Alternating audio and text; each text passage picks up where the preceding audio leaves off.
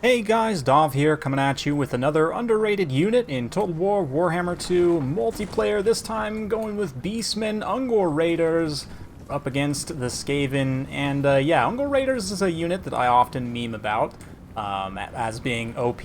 I don't actually think they're OP, but they are certainly very good, and a unit that a lot of Beastmen players and players in general tend to overlook.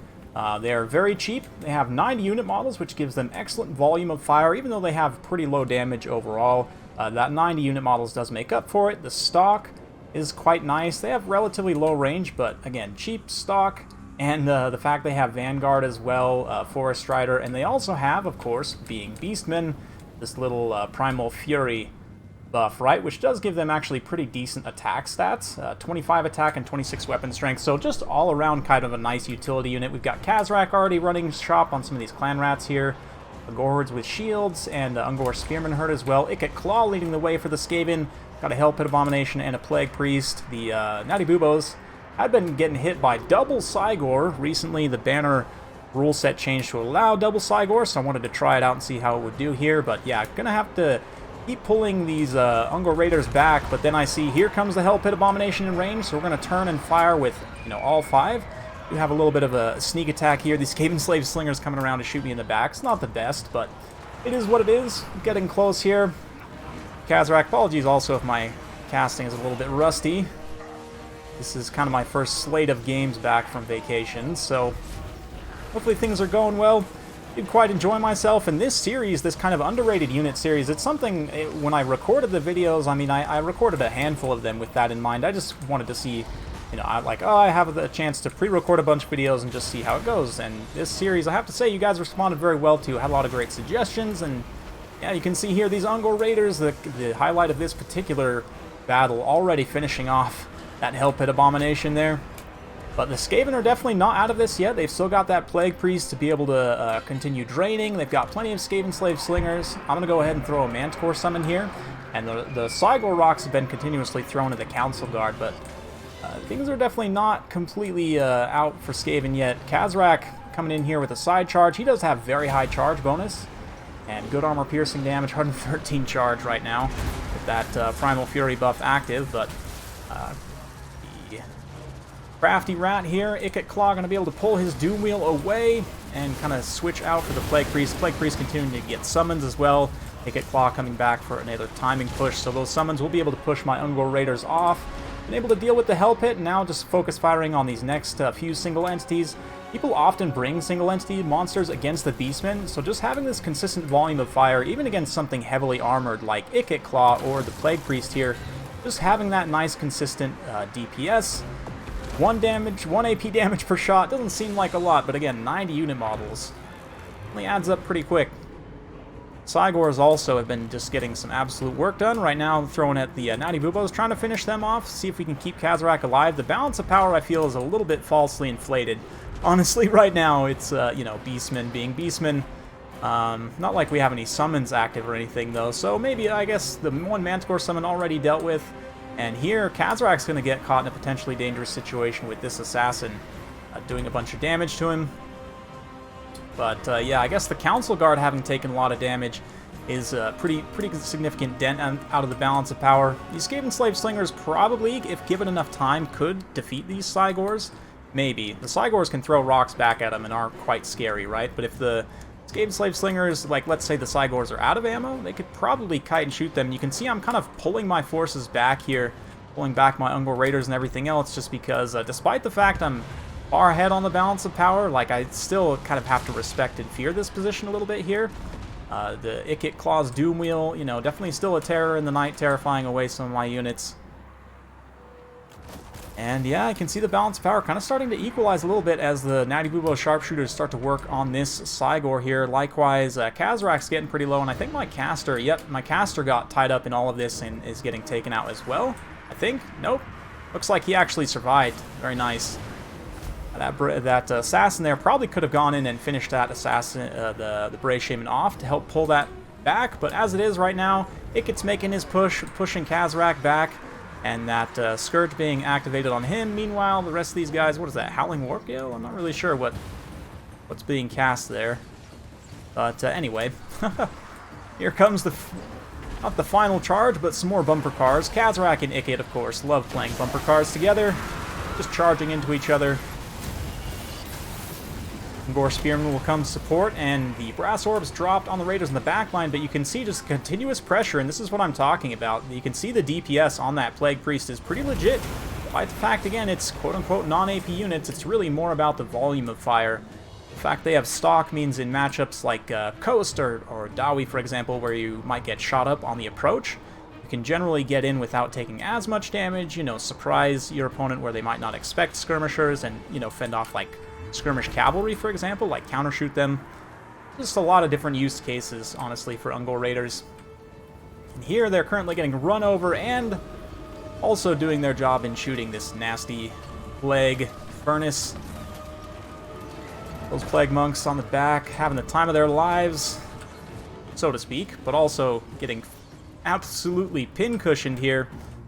And, yeah, I'm pretty confident we're getting close enough to army losses that, yeah, these Skaven Slave Slingers, if they could hold their leadership together, might actually be able to do something, but Kazrak still being alive here, a bunch of tattered Ungor Raiders. This is a lot of tattered troops in me for me in general.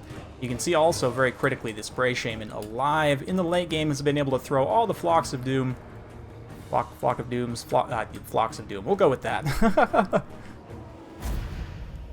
And, yeah, pretty fun stuff.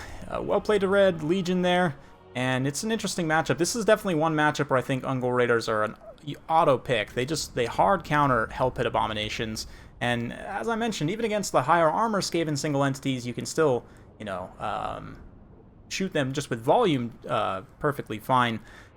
The Vanguard and Stock allows you to get kind of aggressive, but still have some flexibility, right? And especially, like, going heavy on the Skaven Vanguard. If you think your opponent's going to scale heavily into artillery, you can kind of overrun their lines very, very quickly.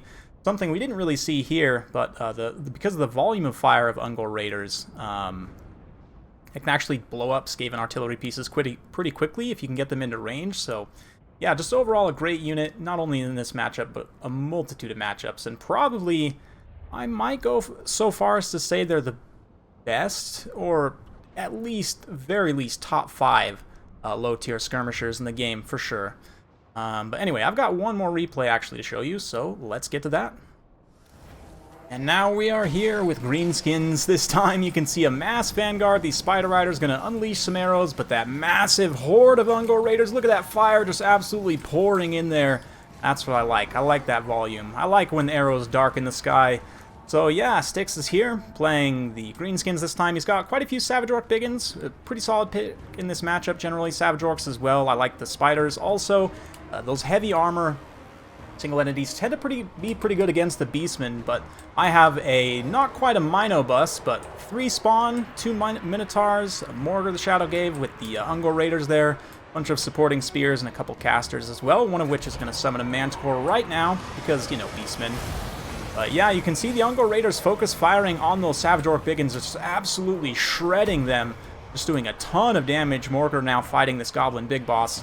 And Styx is going to commit quite a bit of resources to try and finish Morgar off. We'll see how that ends up going for him, but look at this crossfire on these Skulkers. They might just straight up get routed from that. Meanwhile, all of the monstrous infantry are bogging down the Ragnarok Spiders, keeping them from getting into my archer line and just doing a bunch of damage and so on. Yeah, look at that. Ungor Raiders managed to rout those nasty Skulkers off. The Wolf Rider Archers as well don't have really good enough stats to convincingly beat the Ungor Raiders in melee. Obviously, the model count has a lot to do with that as well. But yeah, Spears kind of securing the flank over here. The Minnow bus is rolling pretty heavily, and you can see the balance of power already slightly in my favor. There are still quite a few Savage Orcs left on the field, but between the Vile Tides from the other Beastcaster, Diving Manticore here now, and I mean, these Savage Orc Biggins were healthy until right about there. They just got a bunch of splash attacks. And likewise, the Spiders have just been continuously bogged down, haven't really been able to operate. Some of the Ungor Raiders are starting to get taken out at this point, but we've been able to expend quite a bit of ammunition, get some good value from them already, and just because there's so many of them, it's going to be hard for Styx to occupy, you know, all 4 at the same time, so I can keep getting that consistent fire.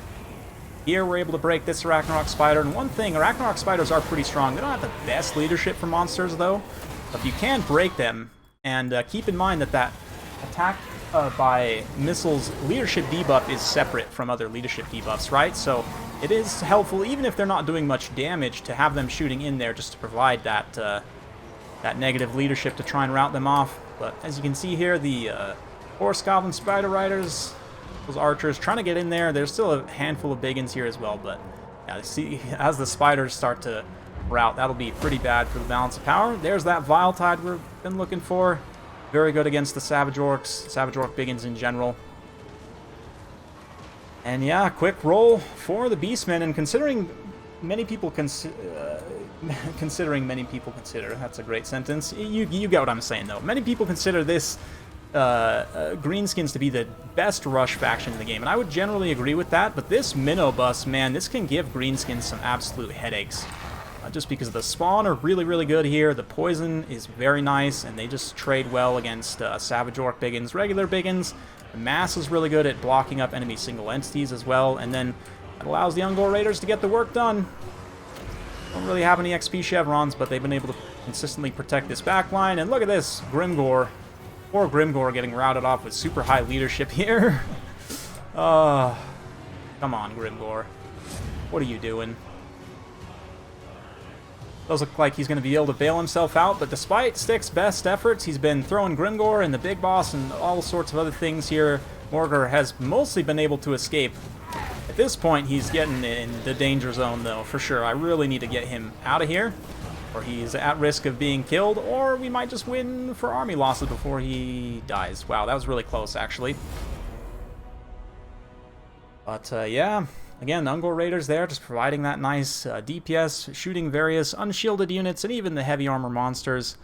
It's just a great utility tool. There's so much going for them that it's really, really hard to discount. And I don't know, you know, some people, I guess, probably wouldn't consider them underrated, especially a lot of, you know, higher level players who know the power of Ungor Raiders. I guess they might not consider them underrated per se, but certainly a lot of people consider the Beastmen overall weak, and you wouldn't necessarily think of them as a shooting faction per se, but they actually have, again, my opinion, one of the best low-tier shooting units in the game. So hopefully you guys enjoyed that. If you do like this sort of content, be sure to like, subscribe, hit that bell notification button, so every time I upload a new video, you'll be notified.